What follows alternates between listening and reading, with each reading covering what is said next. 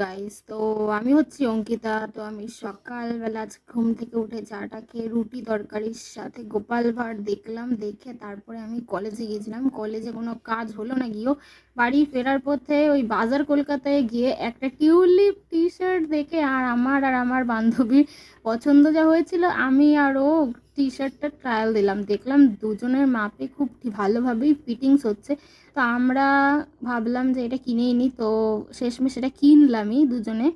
তো তারপরে বাড়ি আসার পথে এতটাই বৃষ্টি হয়েছে আজকে। এখানে জল দেখছো, এই জলটা তো কিছুই না, এটা যখন বৃষ্টি শুরু হয়েছিল তখন।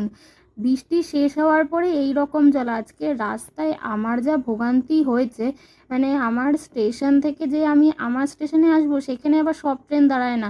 সেই ট্রেনের জন্য অপেক্ষা করতে গিয়ে আরও দেরি। তারপর বাড়িতে এসে খেলাম আম। তারপরে গোপাল ভাঁড় দেখতে দেখতেই খাচ্ছিলাম, তারপরে আমার নখটা পটাশ করে ভেঙে গেল। তো আজকের জন্য টাটা, আবার পরে দেখা।